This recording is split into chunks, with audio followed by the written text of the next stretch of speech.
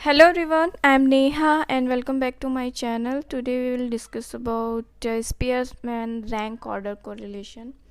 ये क्वेश्चन जो अभी हम सॉल्व करेंगे 2000 दिसंबर 2018 में आया हुआ है और इस टाइप के क्वेश्चन एवरी ईयर रिपीट होते गए हैं. मतलब डेटा चेंज होता है बट रिपीट होते हैं हर साल. तो आप प्लीज़ इसको भी प्रिपेयर कर लीजिएगा. तो यहाँ पे आप देख सकते हो Spearman correlation, rank order correlation को हम स्पीयरमैन्स रो भी कहते हैं और इसको इस सिंबल से आर एन इससे हम रिप्रेजेंट करते हैं. ओके, चलिए अब क्वेश्चंस को स्टार्ट करते हैं. Compute Spearman's rho for the following data. यहाँ पे दो ग्रुप दिए गए हुए हैं. इन दोनों ग्रुप में रिलेशंस हैं या नहीं है उसको हम देखते हैं. हमें देखना है, इसमें चेक करना है. तो सॉल्यूशन में फर्स्ट स्टेप में हमें क्या करना है, ये मैंने डेटा लिया है, data a and data b, दो ग्रुप हो गए. और तो हमारा टोटल डेटा का जो नंबर है वो 7 है. ठीक है, ओके. फिर हम आपने मैन वाइटनी का जो टेस्ट किया था उसमें आपने ऑर्डर रैंकिंग के अकॉर्डिंग आपने किया था.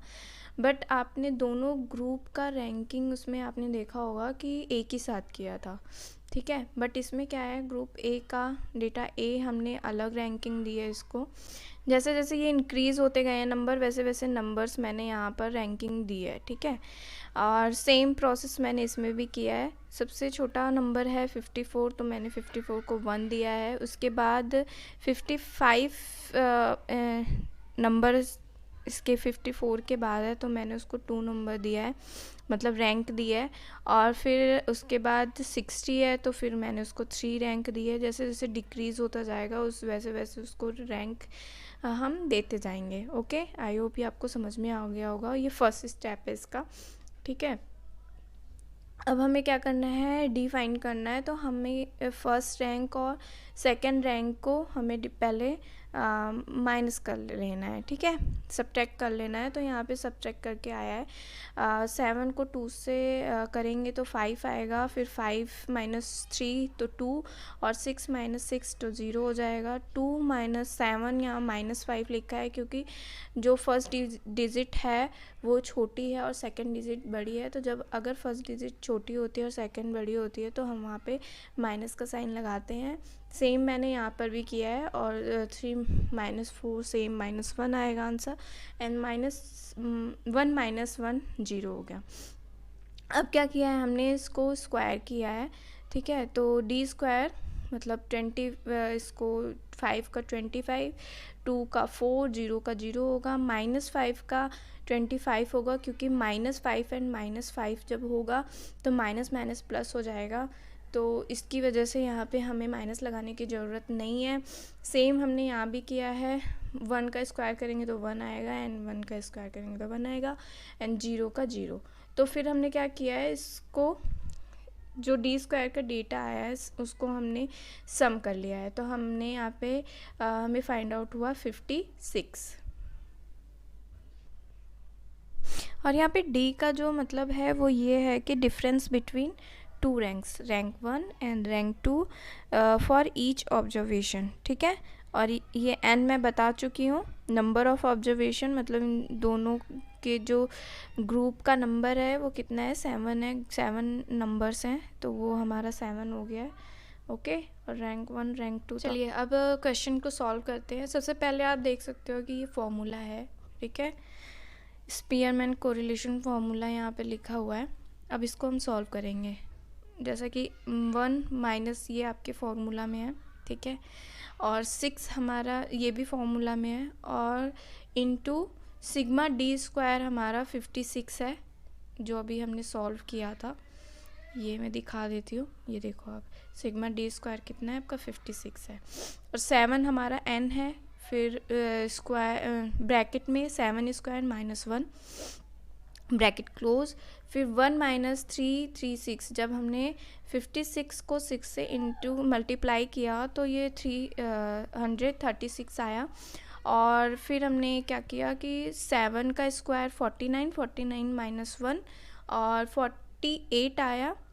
49 माइनस 1 हुआ तो 48 आया। 48 को जब 7 से मल्टीप्लाई किया तो 336 आया, सेम डिजिट आई। तो हमारा जो रिज़ल्ट आया, जो हमें RS फाउंड हुआ, जो स्पेयर कोरिलेशन हमें फाउंड हुआ, वो 0 हुआ, क्योंकि यहाँ 1 माइनस 1 हो गया तो ये हमें 0 फाइंड आउट हुआ। तो अभी तो इसका इंटरप्रिटेशन कर लेते हैं हम।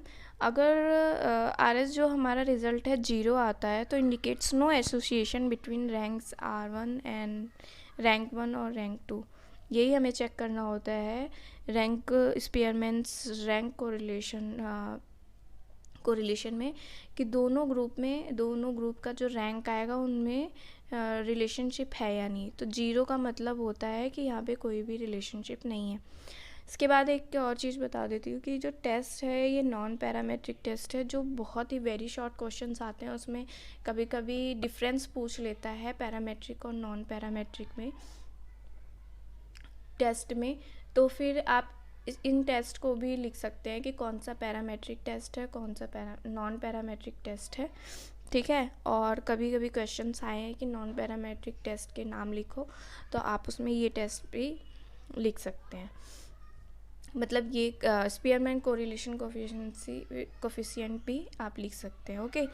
तो अब देख लेते हैं कि इसका रिज़ल्ट कैसे, हम वैल्यू को कैसे फाइंड आउट करते हैं। तो जो can take value from +1 to -1, हम +1 से -1 के बीच में इसकी वैल्यू को देखते हैं, ओके।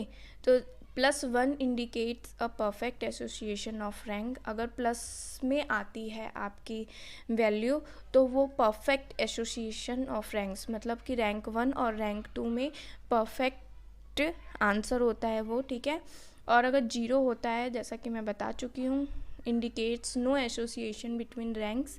एंड जो अगर -1 आता है या माइनस में आपकी वैल्यू आती है तो वहाँ वो इंडिकेट करता है अ परफेक्ट नेगेटिव एसोसिएशन। वो नेगेटिव नहीं होता, मतलब कि वो ऐसा नहीं है कि उन दोनों के बीच में कोई रिलेशन नहीं है, बट वो नेगेटिव एसोसिएशन हो जाएगा, ठीक है, परफेक्ट नेगेटिव एसोसिएशन। तो द क्लोजर कोरिलेशन मीन्स की Spearman correlation is to 0 the weaker the association between the ranks, जो कि मैं ऑलरेडी बता चुकी हूँ। आई होप ये जो टॉपिक है आपको समझ में आ गया होगा। अगर समझ में आ गया है, आपके लिए हेल्पफुल है, तो प्लीज़ मेरे चैनल को लाइक करें, अपने दोस्तों के साथ शेयर करें, अपने दोस्तों के साथ शेयर करें, जिससे कि मुझे मोटिवेशन मिलेगा और फर्दर वीडियोस बनाने के लिए। और नए हैं तो प्लीज़ मेरे चैनल को सब्सक्राइब करें। चलिए मिलते हैं फिर एक नए टॉपिक के साथ और एक नई वीडियो के साथ। तब तक मेरे चैनल को देखते रहिए। Thanks for watching.